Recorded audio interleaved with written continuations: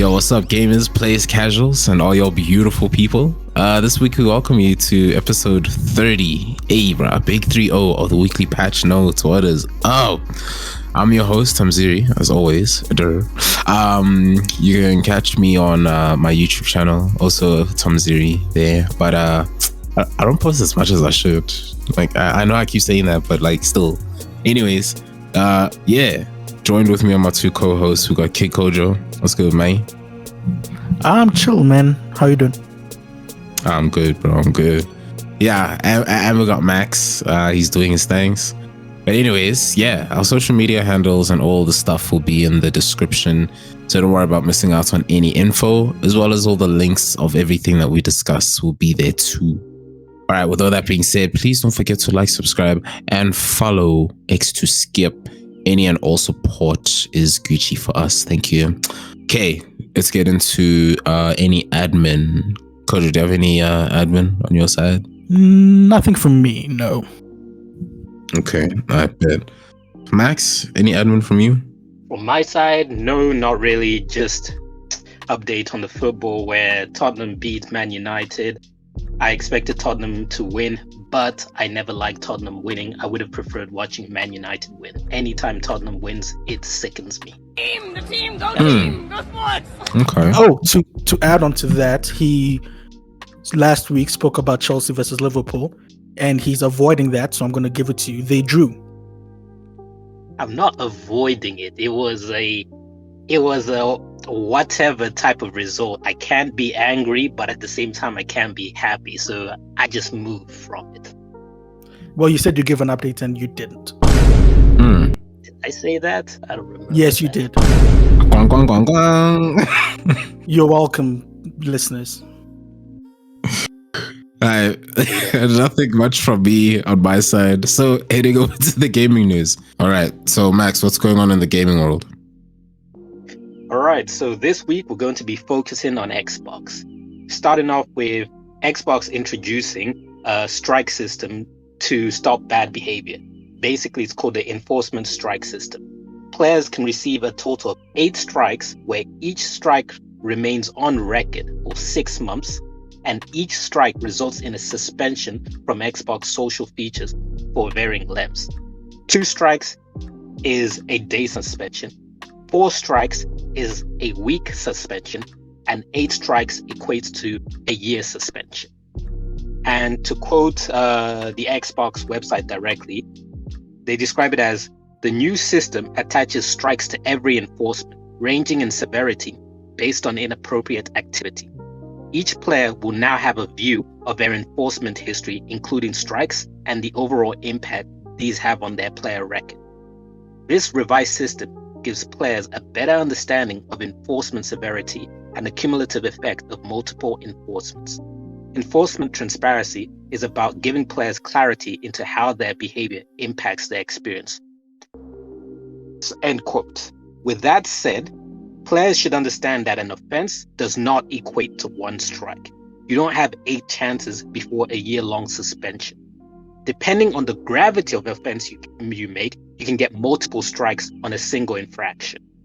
So people should take note of that. Then on the other Xbox news, next year on July 29, the Xbox 360 store will close. However, the only thing this will affect is purchasing 360 related games. Your previously purchased games will still work, online multiplayer will still work, and you can still purchase and play backwards compatible 360 games on the other platforms. Basically, it's just that maintenance for the 360 platform website is ending. However, with a shutdown, reportedly 220 games will be gone for good as they don't have physical versions and are not backwards compatible. So this has been taken negatively from a lot of, players who like their old school games. Supposedly, when PlayStation wanted to end the support for, or rather I should say Sony wanted to end the support for the PlayStation 3 store, a lot of people rallied against that, and Sony did a U-turn on that decision. So in this instance, a lot of people are hoping a similar thing will happen with Microsoft, where rallying against their decision to close the 360 store will cause Microsoft to make a U-turn. But in this instance, because of the way Xbox's backwards compatibility is done, I don't think you're going to get the same type of vigor that was done for the PlayStation 3, because a lot of the games are still available backwards compatible. Yes, 220 games are going to be lost, but compare that with PlayStation, where the entirety of the library was going to be more or less lost. I guess we'll see how it goes, but I don't expect Microsoft to make a U-turn. And then to end things off with the gaming news, supposedly a live-action Jak and Daxter movie is in the works. Can you guys guess who played Jak and Daxter? I don't even know. Because Daxter, yeah? Think stereotypical Hollywood casting of, you need to have that celebrity power. Dwayne Johnson and Kevin Hart. Nope. You see, okay, the Kevin Hart one is a horrible guess. I'll give you The Rock. That's a good guess. But they're both wrong. But Kevin Hart was a horrible guess. I tried. Wait, what would Kevin be? Who? Oh my gosh, don't say. Yeah, so keeping in mind it's live action. All right. So I've never played Jak and Daxter. I don't know what they look like. Oh, okay, that makes sense. Okay, fair enough. All right, so I'll give away one of the actors, and let's see if your minds can figure out. Because the second person, who I'm not going to mention, is a very obvious. When you hear it, you'll be like, "Oh, wow! Why didn't I think of that?" But the first person is Tom Holland, is being lined up to play Jak. Okay, that can kind of work. He's got that young face of like an elf person, whatever the fuck they are.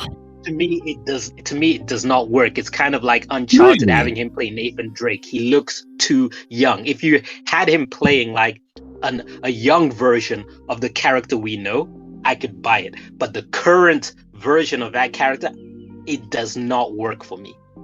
And then the Don't other you find actor, it funny though? Oh yeah, sorry, go. No, I was gonna say, don't you find it funny how Naughty Dog was using him again?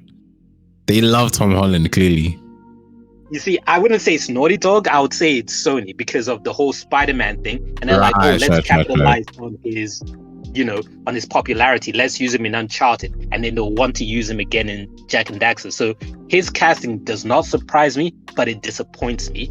And then this other person disappoints me even more. Kojo, this is your boy. This guy's your boy.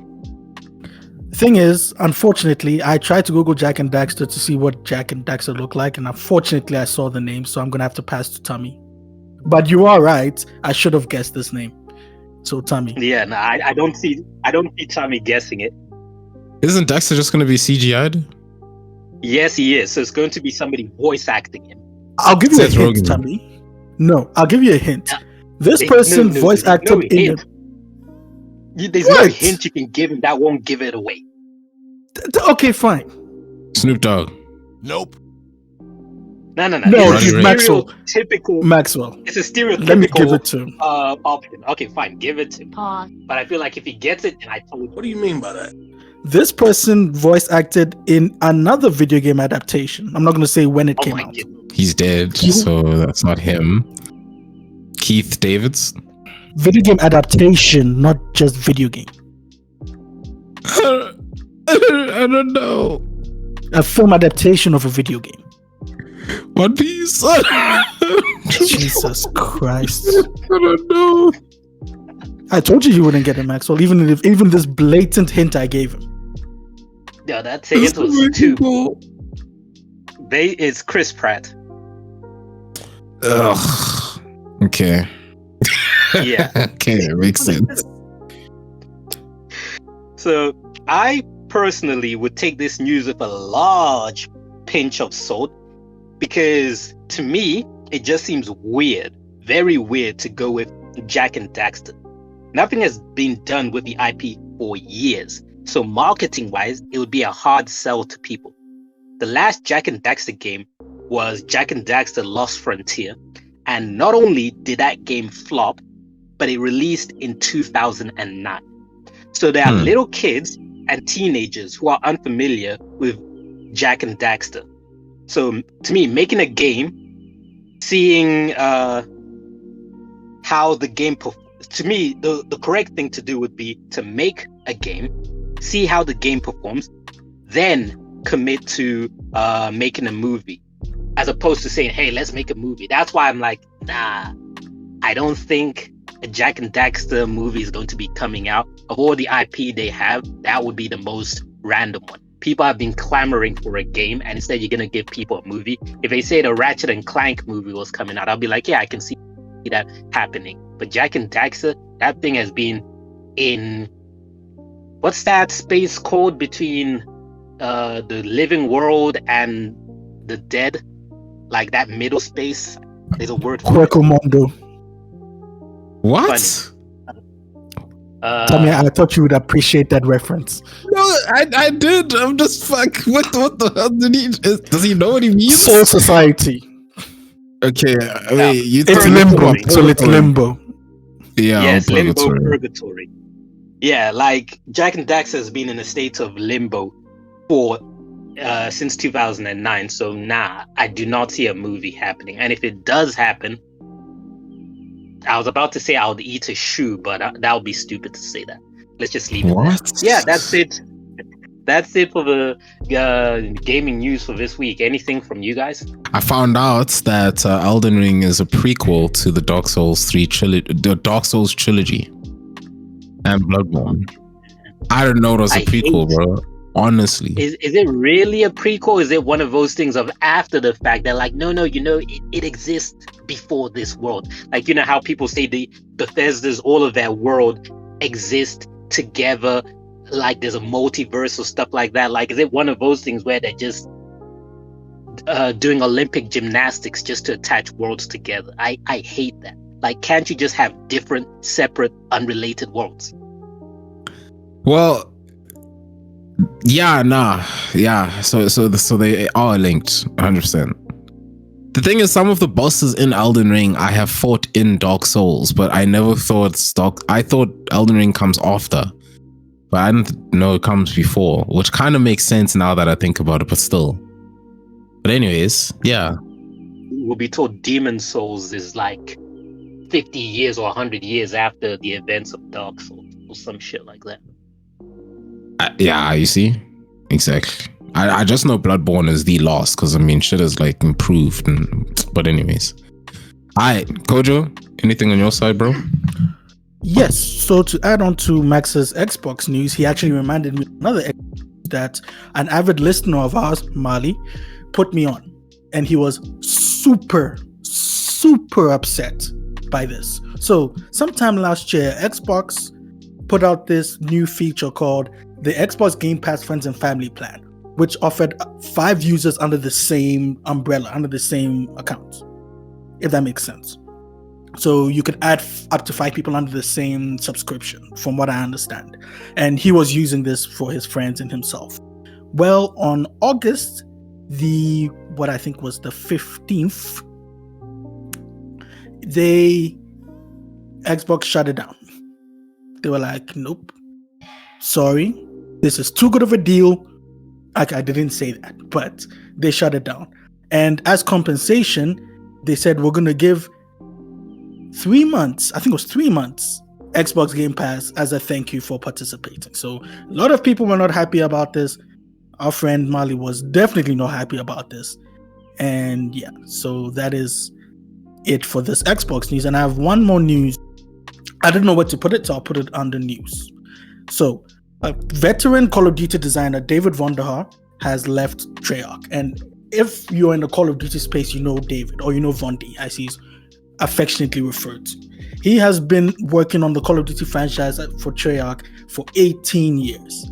He was one of the leads. He started off, in the ranks, then rose his way up to development leads. He's been there for years. 18 years, like I just said. It's surprising. And these are the games he worked on. He worked on Call of Duty 2, big red one, Call of Duty 3, Call of Duty World at War, Call of Duty Black Ops, Call of Duty Black Ops 2, Call of Duty Black Ops 3, Call of Duty Black Ops 4, and Call of Duty Black Ops Cold War. That is a lot of Black Ops. Bruh. Question. Yes. As you're listing out the Call of Duties he's worked on, and you're saying he's been with Treyarch for 18 years. So when he's not working on a Call of Duty, what the hell is he doing? And this is not just him. This is not just him. I'm speaking about developers, programmers, and whatever their roles are in general. When they are not working on a game, what are they doing? They're always working on the game. That's the thing. Bug fixes, improvements, patches. You forget that you think that Call of Duty releases once a year, so they're working on the... No. Gotta maintain. Servers can break. Like, yo. It takes years to develop a Call of Duty game, and as Tommy said, there's post content that they develop and also bug fixes and things like that. Okay, so it's basically maintenance. Maintenance and development. I see. Yeah, so a lot of people were taken aback by this and really felt sad. Like Swag, who's one of the big Call of Duty streamers, he was like, I've never felt pain like this. And a lot of people, and he was like forever legend. A lot of people were really surprised by this news because David Vonderhaar has come out and said, working on Call of Duty has been his life passion. That's all he does. That's all he's put his time into.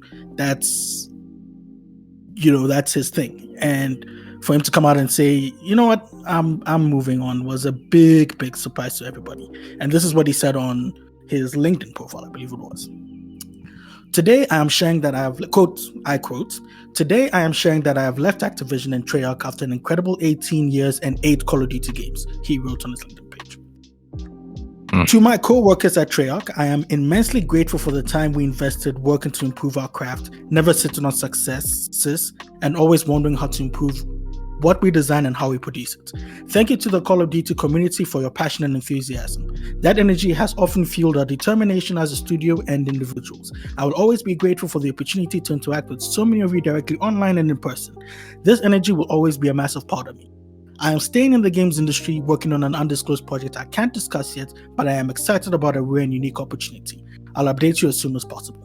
And in reply, this is what Treyarch said, and I quote, farewell to the legendary David Vonderhaar, whose discipline, creativity, and innovation helped shape our games from Call of Duty 2 Big Red 1 to Call of Duty Black Ops Cold War.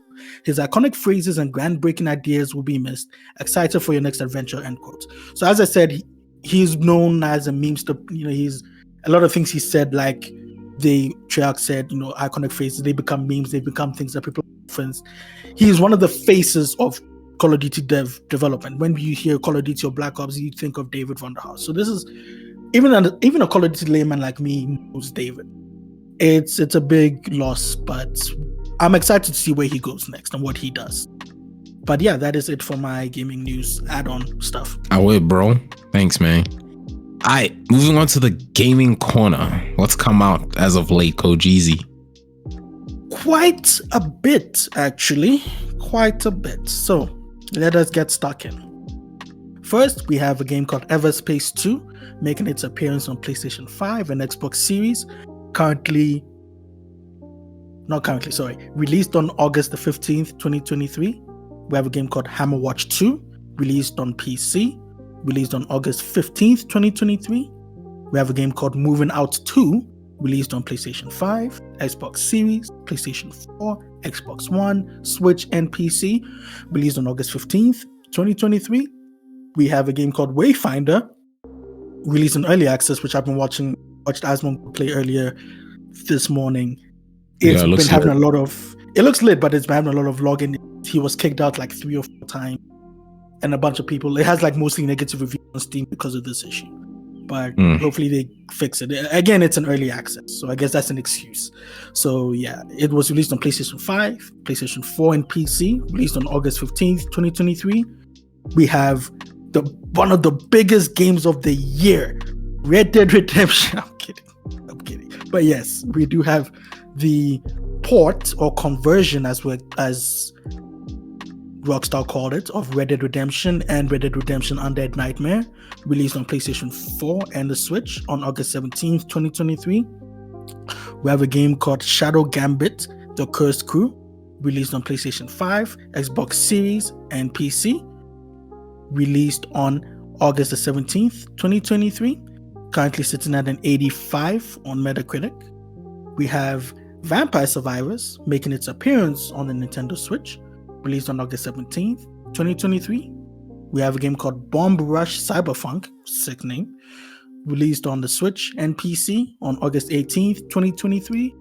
We have one of the big sports games of the year, Madden NFL 24, released on PlayStation 5, Xbox Series, PlayStation 4, Xbox One, and PC, released on August 18th, 2023. And we have the Texas Chainsaw Massacre, released on PlayStation 5, Xbox Series, PlayStation 4, Xbox One, and PC, released on August 18th, 2023. And it's actually been dominating Twitch for a while, for a few days now. It's pretty much it's Tommy, it's the game that you like to play.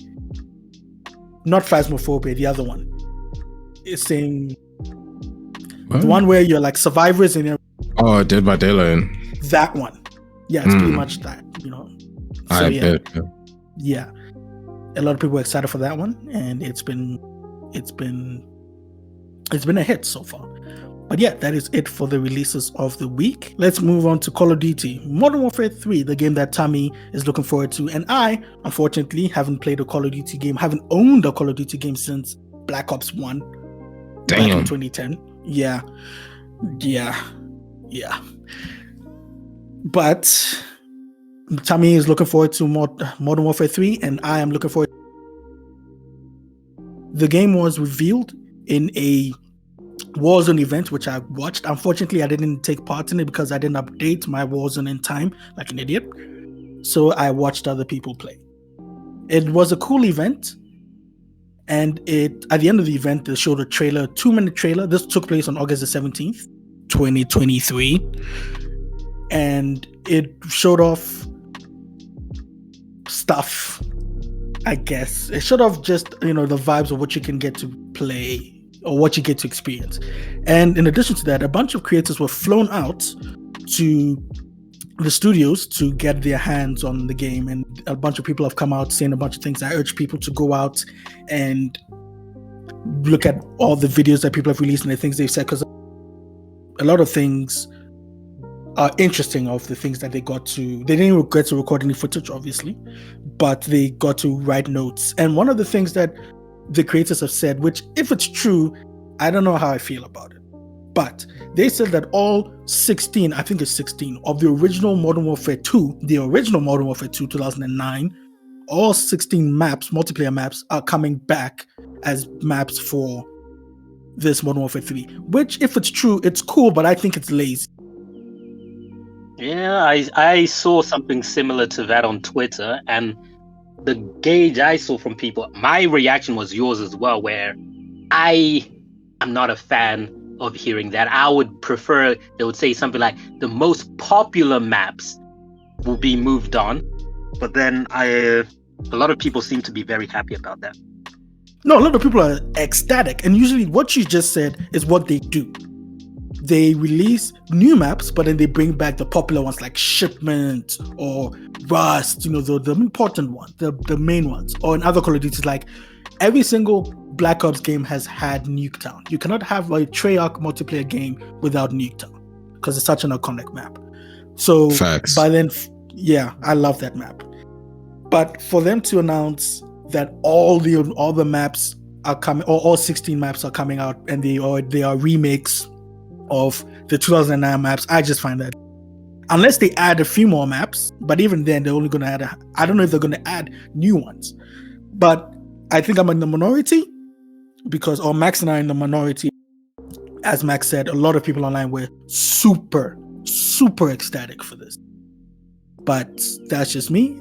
And a bunch of people they talked about the nitty-gritty and a bunch of other the campaign and stuff like that. Again, I urge people to go and read more, watch more videos on that. It's too much to get into. I'll take up too much time.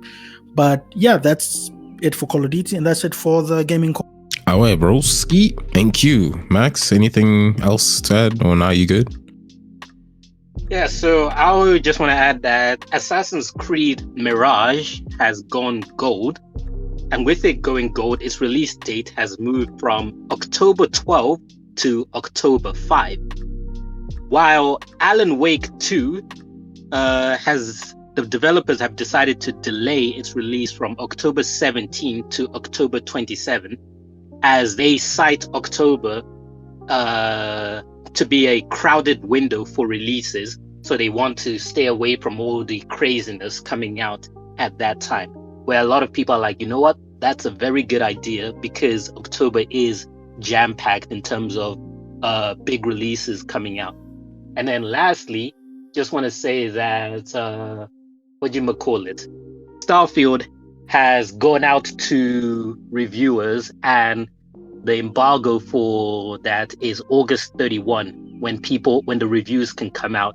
So a lot of people are predicting 92s and whatnot. Me personally, I am predicting an 88. I would have said higher, but I'm putting it at an 88 as a safety margin, because I expect those old Bethesda headaches to be prevalent in this game. Because an FAQ was really recently released about what people can expect, and honestly, this game just sounds like Fallout and Elder Scrolls in space. And we've always known it's going to be like that, but the excitement has been the prospect of what more are they going to do? And that's where my questions lie. I still expect this game to be a hit. Don't get that wrong. But how much more are they going to add to their RPG formula is the question I've always had. And that's what I'm interested and excited to see. But yeah, that's it. Away, Holmes. Thanks. Yeah. For the time that we said that this might be the game of the year, I will see. We shall see. All right. We have reached the middle section of the episode, my lovely peeps. Please don't forget to like, subscribe, and follow for more if you're enjoying it so far. Let us move on to the content creator side. Kojo, maybe you go first, because mine's just long. I've got a few things to get through, but I'll try and get through it as quickly as possible. So, let's start off with Moist Critical, or Charlie White, or Charles, or Charlie, or Big Moist. I know what this is. Yes. Would you like to take it away? No, I don't know what it is. I'm just guessing. Bruh. What? You just said you know what it is. Yeah. I'm guessing I know what it is. Okay.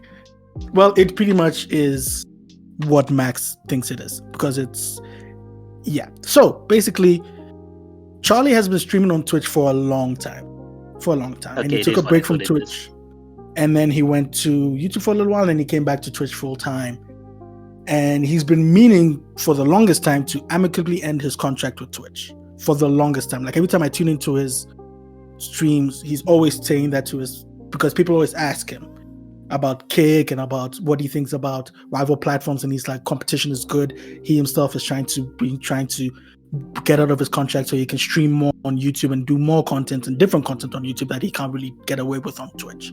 So finally, he was able to amicably end his contract with Twitch, and he immediately started streaming on YouTube. So it's interesting. He released a video called Goodbye Twitch, where he talks about his plans on streaming YouTube and possibly other platforms, but mainly YouTube and Twitch. He's not leaving Twitch. He's still going to stream on Twitch, but now that he can stream on other platforms like YouTube, he's going to take full advantage of that. So, yeah, good on him and good on Twitch for also coming out like, hey, we hear you. Let's end this amicably. You go do you. At least you're still here for a while. Awesome. So good on them. Next up, we have a big streamer, someone that I think Tommy knows, but I'm not sure if Maxwell knows, a streamer called YourRAGE. Yeah. Nope. Yeah, I figured Max will know. YourRAGE is a huge streamer. Big. He pulls like 20k viewers on Twitch. He released a video titled Change is Coming on August the 14th, 2023 on his socials. And in that video, he announced two big things. And it was a very cool video. I urge people to go watch it, I think, and on his socials. It's a pretty cool video. Kind of cheesy, but pretty cool. So the first change is that he has signed to an organization. Would you guys like to guess which organization? Kick. Wait, but that's a organization. TSM? No, it's because it's not. OTK? No. Esports organization or gaming organization, Maxwell. That's what I meant. Oh. Sentinels. I don't know. I give up. No. Maxwell? I give up. Yeah, there's no way I'm gonna know. I don't know who this guy is, and I don't know what he's affiliated with. Well, nobody knows what he was. Well, not that nobody, but I did not see this coming. I guess I wouldn't have guessed he would go to this organization. But I'm surprised none of you guessed. Wait, is it in the same vein as Alana Pierce going to Santa Monica? In terms of what? Like it's with a developer, not some third party who's involved in gaming, like the actual developer. No, it's a gaming org, an esports org, Maxwell. Mean? Oh, esports. Okay, you said an organization. I'm like, okay, to what extent an organization? Tommy got it. Tommy got it. Hence why I said at the beginning, I don't know what this guy does, so I don't know if he's involved in esports or what now. Hence why I said I don't know what he's affiliated with, so I could not give a guess. What's my prize? I'm sorry, but did I not say he's a huge Twitch streamer? Wait, who's this? Where did they go? Where did they go? So what would a Twitch streamer be doing at a game development, Maxwell? Hey man, Alana Pierce is a content creator, and now she's in a gaming organization. But she always worked as a writer, though. She was always a writer. Yes. She worked as a writer for fun. She's always been a writer. A writer for media, not for developers. Doesn't matter. She's still a writer. This guy's a Twitch streamer. No, it does matter, because if you've seen the job application of what they want writers to have, they typically say to have previous experience writing in a studio, not you've got journalistic experiences and stuff like that. That doesn't translate. Hence why I understand when Alana Pierce went to Santa Monica, a lot of eyebrows were raised where like the skill set is not transferable. How did she pull this off? But that's why I'm like, with this guy Twitch streaming, how am I supposed to know what he's gotten involved in? As long as it's gaming, it's possible. This guy. For all I know, he joined Donkey with what Donkey's doing. See, that would have been a better guess than a game development studio. But anyway. How? What if he went into the media side of a studio? Yeah, I guess, I don't blame you. I guess it's because if you knew, because just to point out, what's that lady's name who was on PS Access and then she went to your favorite studio? They're not my favorite studio. But I don't have a favorite studio. Oh, you used to like them until Cyberpunk. I don't know where you stand with them. I never said I didn't like that. I haven't played Cyberpunk, so I never said I don't like them. I never said I really like them. I just like Witcher 3. You haven't spoken about them in a long time, so I just assumed your excitement for them reduced. But anyway, the point I'm trying to make with all of this is my guess was viable. We've had plenty of people who have nothing to do with developing go into developing studios where you scratch your head like, okay, I guess that happens. Debatable. I still think your guess was way off. But anyway, I'm surprised nobody guessed this esports org, because we've spoken about this esports org before, and it's literally the biggest one. Wait. No. I know. Now you told me it's esports. I'll go for the only one I know. I don't even remember what their name is. The guys who are failing, who Snoop Dogg endorsed. Yes, Maxwell, you are right. Tommy, how dare you not get this one right? You literally said Tommy guessed it right, so that's what I was saying. Okay, I didn't say you guessed it right, nigga. You said something. I don't know. No, I said you guessed that it was an esports org, right? Okay.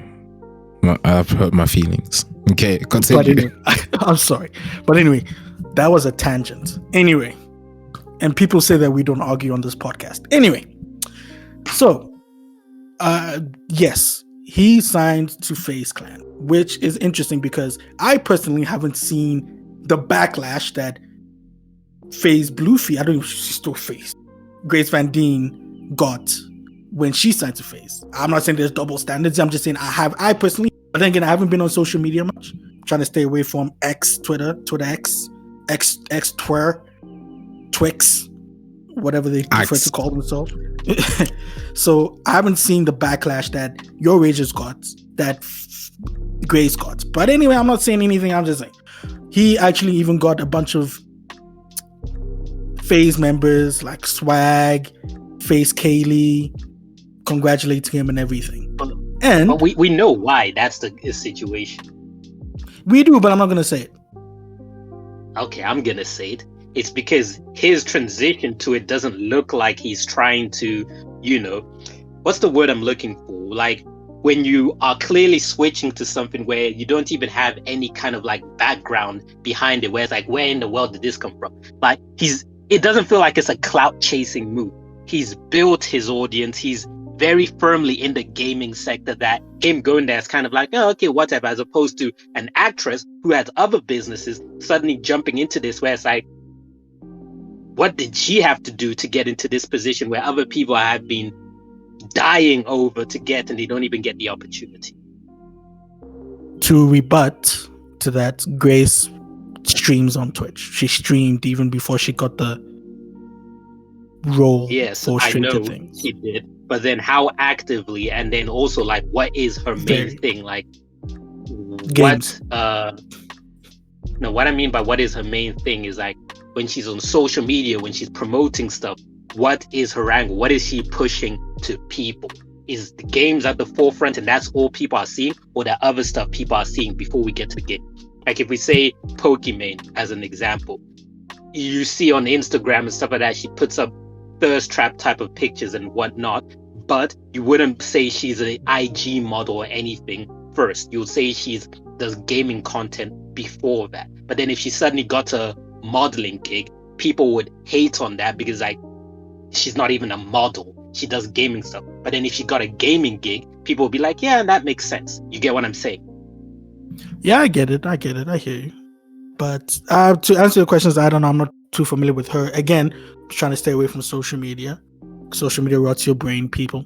Take my word for it. It is the worst place to be, especially X, Twitter, worst place on the internet. But anyway, so yes, YourRAGE is signed to Face Clan, but later on, as I said in the video, he made 2 announcements, which Max guessed the second one right. Even though he didn't know he guessed it right, he did guess it right. Guess what other announcement he made? You just said I got it right, Kick. Yes. Yeah. Oh. Yes. Thanks for giving Tammy a chance to guess, Maxwell. So yes, he signed to Kick. And a lot of people were surprised by this move. He signed this signing. But people came out like Trainwreck, who's like the forefront of Kick, pushing Kick. He's come out and said congratulations, welcome home, things like that. Aiden Ross congratulated him. Bruce is also streaming on Kick, congratulated him. So yeah, once I thought Kick was just a platform that people were going to forget, but now they've got big names. YourRAGE, X, Bruce.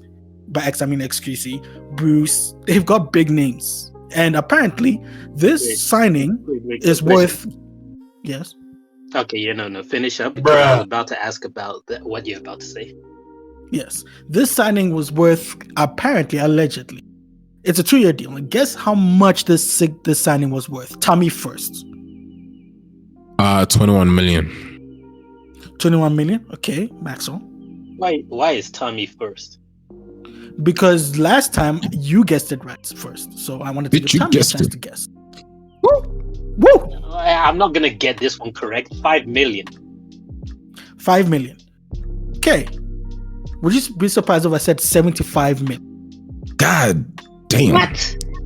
They got that kind of money? And like I said, take it with a pinch of salt, because a lot of people also were raising their eyebrows with XQC's 100 million deal.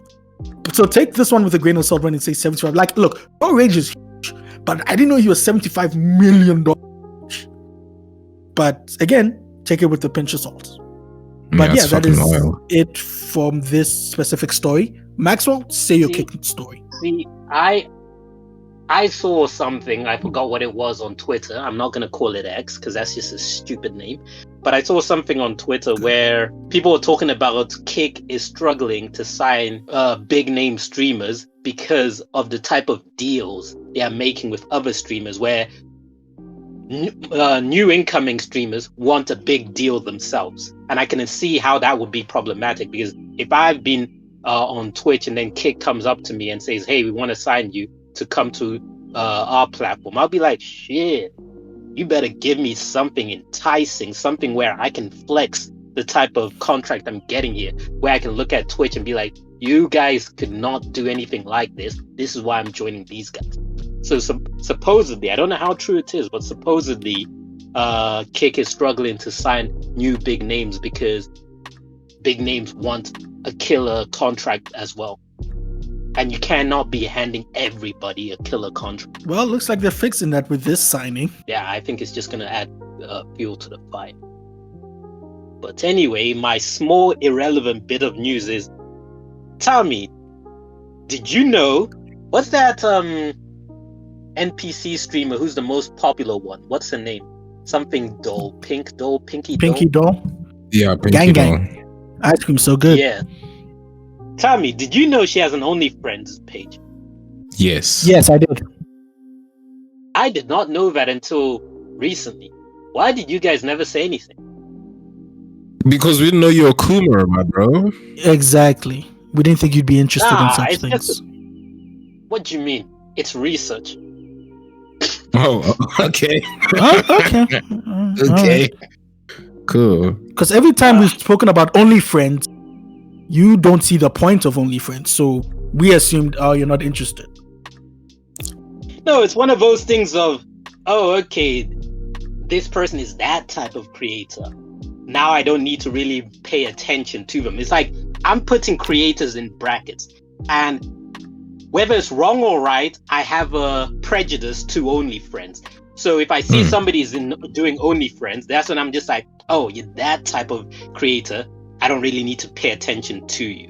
Whereas if you're not in OnlyFriends, that's when I'm like, okay, I can pay attention to you. Yes, it might be elitist. Yes, it might be prejudice. Yes, it's whatever it is. But I'm not going to beat around the bushes. There's a certain type of people who do OnlyFriends. So when I hear you doing OnlyFriends, you typically fit that bracket. And I'm not surprised by it. So hearing she does OnlyFriends, I'm just like, you know what? When I heard that, I was like, I really should have just guessed this. Sometimes it is easy to see, but can't judge a book.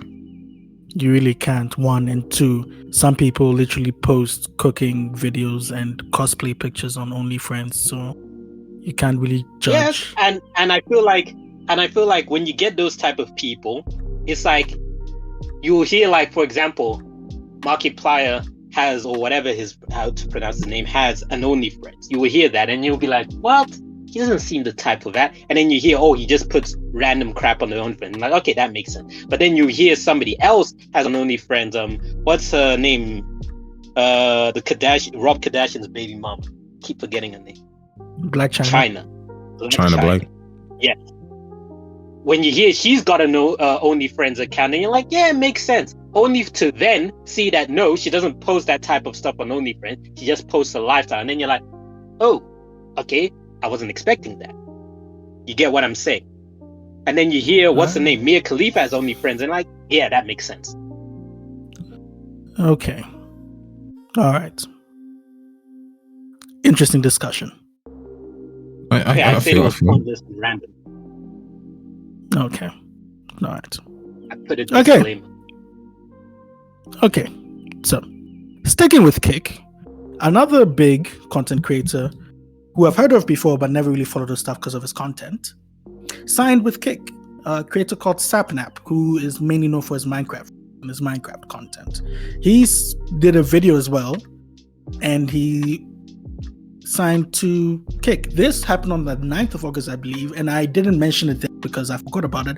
But with YourRAGE signing to Kick, I decided to tag this along with it.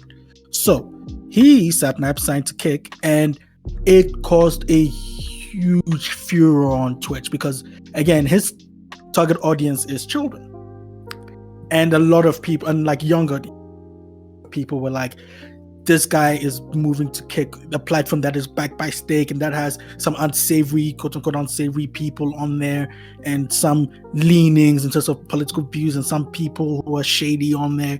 This is a horrible move. People were like, I'm done watching Sapnap. I'm never going to watch him again. This is bad, blah, blah, blah. And he came out, well, he didn't, like in the signing, he came out and made a statement saying he wanted to move, like he was hesitant at first, but then the CEO of Kick directly approached him and spoke to him, and they're open to criticism, and he was like, he wants to be one of those people to push change at Kick. And that's fair. But in this one, his friend, I believe he's a friend, he's also a Minecraft content creator called Tabo, he came out and he was like, look, he understands what Sapnap is doing and what he's trying to say.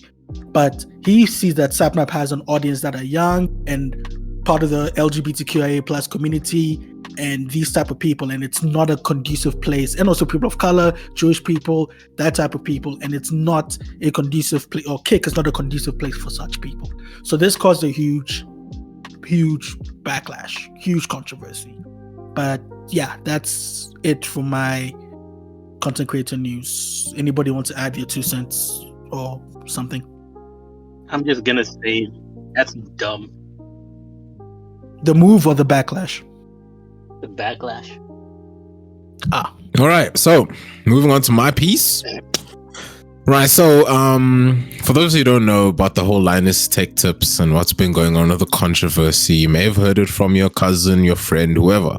So Linus tech tips versus Gamers Nexus and a whole other ex-employee accusation. So let's get into the brief of it all.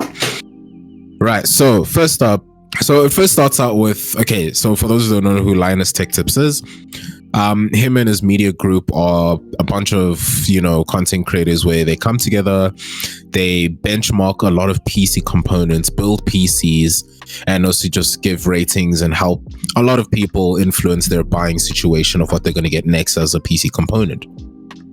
So we start with Gamers Nexus, who are pretty much like a sister channel to them. Well, not really a sister channel. I mean, they're not like, you know, affiliates that much, like on a friendly level, but just to say that they make the same kind of content, but the only difference here is Linus Tech Tips releases more videos more frequently than Gamers Nexus. That's literally like just it, really. So first start with Gamers Nexus calling out the inaccuracies and unethical, you know, concerns within Linus Tech Tips. So just to give you guys a brief, on the 14th of August, Gamers Nexus basically said that, look, a lot of your guys' stuff isn't benchmarked and tested to like the absolute max. We feel as though you guys were rushing the testing of it. Sometimes if one thing of the components, if installed incorrectly, was done, then all of a sudden you would say that, you know, the component sucks or it's terrible. So that was one of it, the first parts that started with it. What then led on to that? Linus then admits to the sloppiness from Gamers Nexus in his response, saying that they were basically just talking absolute nonsense. They need to understand how Linus Tech Tips runs, in the sense that they have to release videos a day. And usually when it comes to benchmarking some things, they do agree it may not be so fully accurate, but a lot of their journalistic researches and everything have been taken into account with all their videos. So then Gamers Nexus comes back and says that Linus's response is unhinged, because in said response, when Linus basically said that, look, a lot of our stuff is hastily posted, Gamers Nexus was like, okay, but you're not apologizing for the fact that a lot of your stuff is just very, you know, it's lying to the audience, right? So Billet Labs, who are similar to Linus Tech Tips and Gamers Nexus, but sort of different because they obviously give components to the likes of Gamers Nexus and Linus Tech Tips to basically benchmark and test.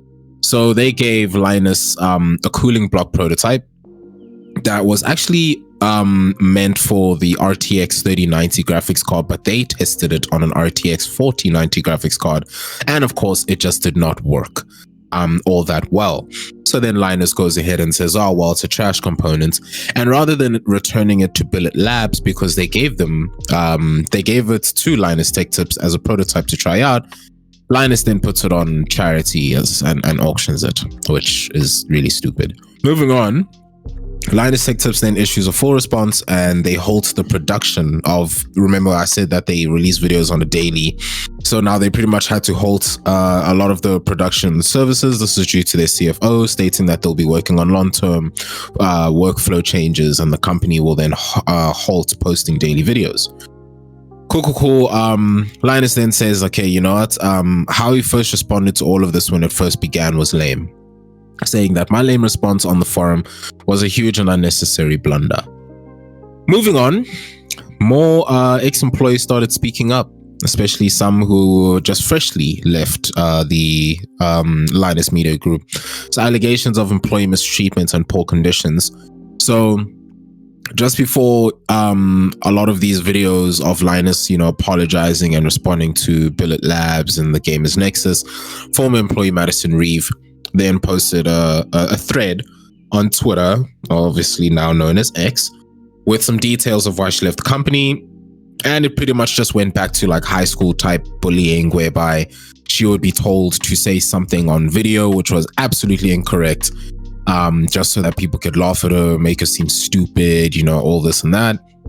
And she got wind of this because in some conversations, some people would actually like tell her that, oh no, you're actually supposed to say this, but these guys were just making you say this as a joke, this and this, which was absolutely flippin' stupid. And as you can imagine, Linus Tech Tips in response to these allegations, saying that he's in shock because he can't recollect that this is how she was treated, same shit, and then putting out a whole statement saying we're taking this matter seriously, corporate type response.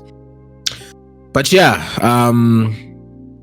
this is a still ongoing story, so we don't have all the facts yet of what may come next. Right now, this is all that we do know about what is happening right now. So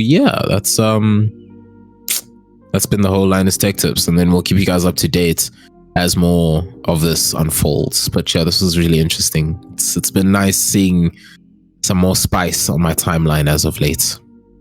Anything from you, James, before we move on to the next section? Wait, hold on. I am genuinely surprised. I wasn't going to mention it, but I thought one of you guys would mention it. But we don't need to talk about it. I'm just going to mention it that I'm surprised it hasn't been brought up. But we don't need to talk about it. But I'm surprised none of you are mentioning I Show Speed. I don't care about him. I didn't feel like it was worth talking about, because the situation was nipped in the bud real quick.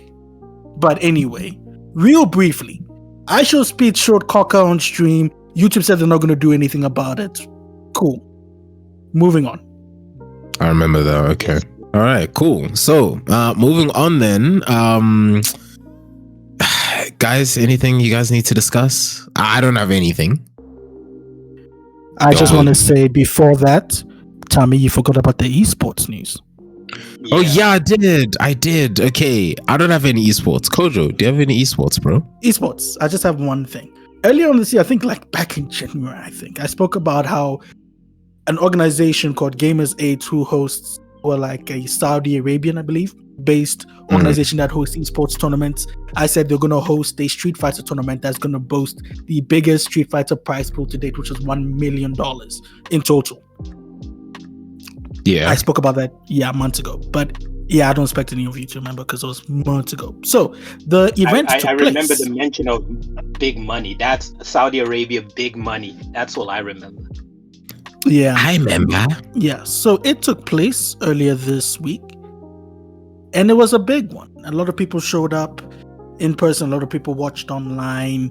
It was a big tournament, and coming fresh off of Evo, a bunch of a bunch of FGC players, fighting game community players, Street Fighter 6 players who were at Evo showed up, and who are actually also at, if you guys remember, Red Bull Kumite, which is in South Africa, also showed up. People like Kakuru and Angry Bird and Big Bird, who were at all these tournaments. It was a busy few weeks for them, I can imagine. From South Africa to Las Vegas in America, then to Saudi Arabia. It must have been, I don't think they even had time to breathe. But real quick, a bunch of people showed up. It was a very interesting tournament. I got to watch a few matches time not really time zone difference. I mean, there wasn't really a big time zone difference, but just some issues. I couldn't really watch everything, but I got to watch a few matches. I got to watch a bit of the final. So the final came down to a guy called Kakeru from Japan and Angry Bird. Angry Bird, if you guys remember from last week, Angry Bird won Evo Street Fighter. Kakeru came 5th at Evo. So we all thought, okay, yeah, they fought each other before. Or I don't know if they fought each other before, but they've played in the same tournament. Angry Bird won. Cool. Well, it came out to the final. Both players put on a good fight, but the final winner was Kakeru 3-1. And he won a cool $400,000. What a prize pool amount. Incredible. When asked what he's going to do with the money, he said he's been thinking about it, but he's going to use some of it to help the organization that helped him get to where he is now and help the people around him. So that was pretty neat, pretty cool, pretty sweet, pretty charming, pretty heartwarming, pretty wholesome. I wonder how much of that is taxable. Good question. Very good question. Forget the taxable, bro. Let's talk about how much debt my man has. Nigga probably has debt up to his nostrils, and you finna pay that off first. True. But yeah, that's it for my esports news. Oh wait, Max, anything esports from you? This is not that big of a news, but I figured maybe if one of you guys care about this game, it might be big for you guys. Any of you guys play Valorant? Oh yeah, oh, you're going to talk about servers? Yes, sir. Keen. So keen. Yeah, basically, South African servers are coming for Valorant. So those who play Valorant, you finally can have better net speed and whatnot, whatever you all do with servers. I'm not an online gamer. Yeah, so for a lot of people who play CSGO, which is Counter-Strike Global Offensive, their move, well, I mean, look, a lot of people who still play CSGO are probably still going to play the game. I mean, it's still an OG game. Of all the skins and everything that they have in that game, I don't see them moving over so easily to Valorant. But for those people who find Valorant a bit easier because of the abilities that you can use per operator, hey, cool. By all means, I'm keen to see some of you guys in Valorant. I still play Valorant, not too religiously though, but I also play like in silence, meaning I don't really team up with peeps. But yeah, should you want to jam with your boy, who knows? We'll probably do a let's play. I don't know. But anyways, moving on to the discussion section. What do y'all have to discuss? So this came to mind when Kojo was talking about the gaming news, specifically when he mentioned Wayfinder, where when it comes to rating a game, how much should we take quality into consideration in the overall rating of a game? Should we mark a game down because there are bugs and issues which are interfering with the gaming experience, or should we try to look past those when giving ratings? Because Kojo was saying that people are marking Wayfinder down because it's difficult to get into the game and they're having issues. And I'm like, but is that really the game's fault? Like, on the user's side, I can understand that sends a message to the developers. But like, let's say if you are a journalist or something along those lines, should you take bugs and issues into consideration in your rating, or should you look past those? I would say you always should, because it's in any case how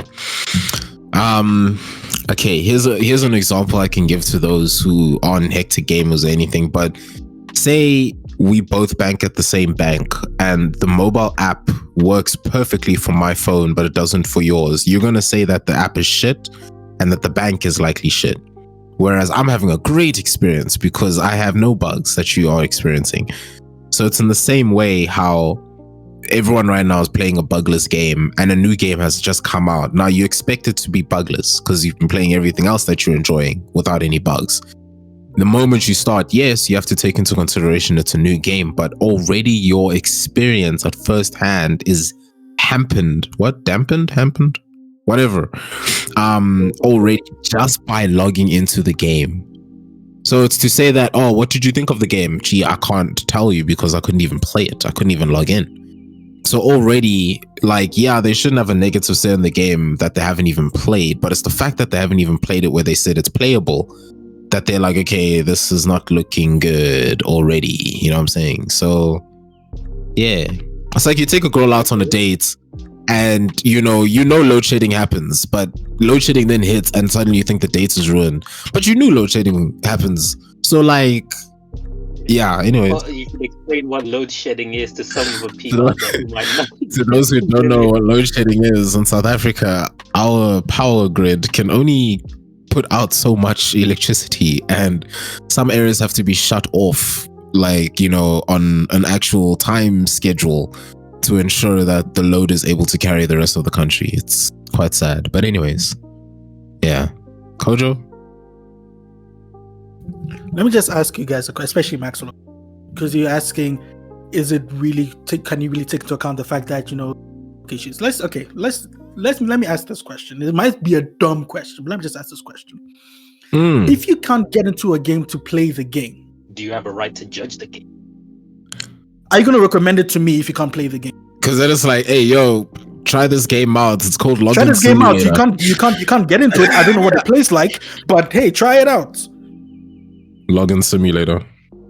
Dude. See, I can understand when it's like a worldwide issue, like everybody's having certain problems or specific problems, the same problems with the game. But then what if it's like a specialized problem where, like, let's say 10 people have access to a game, and of those 10, only 3 people are affected by this problem. Like if I look at Bethesda type of game, you have one person saying, oh, I couldn't enter to this town because when I tried to enter the town, the game crashed. Whereas somebody else would be like, I entered the town without a problem. So the person whose game crashed, can they judge the game against that?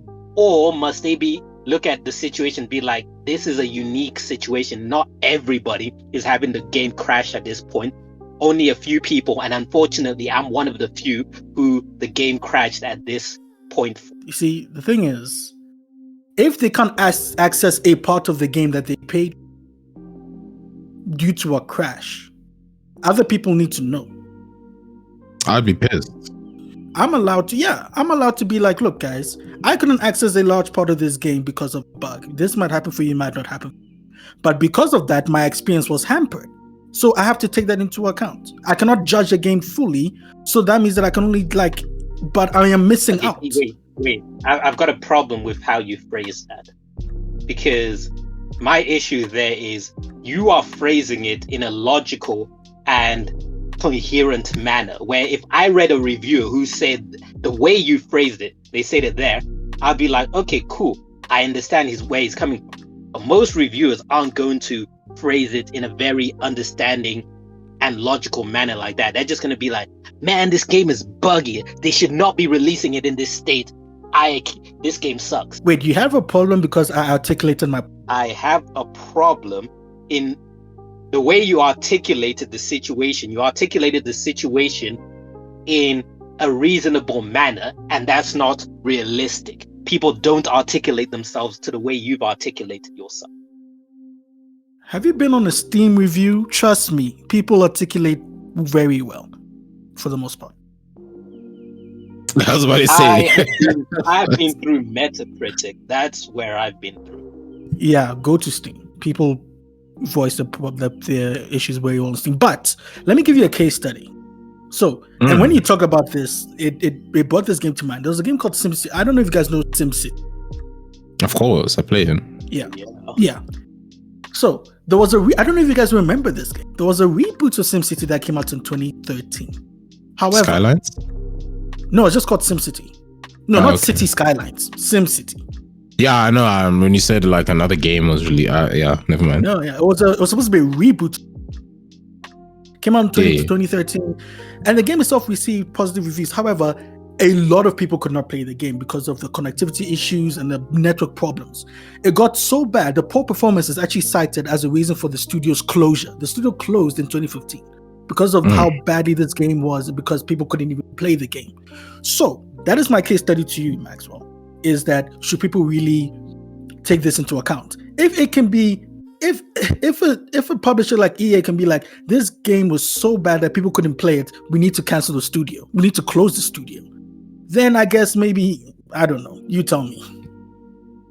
Okay, no, okay. The way I look at it is, if people are articulating themselves the way you articulated themselves, then I have no issues downvoting a game because it's buggy, because you've put out your disclaimer pretty much of saying, hey, I've had this issues, you might not have those issues, but because of these issues, it hampered my experience.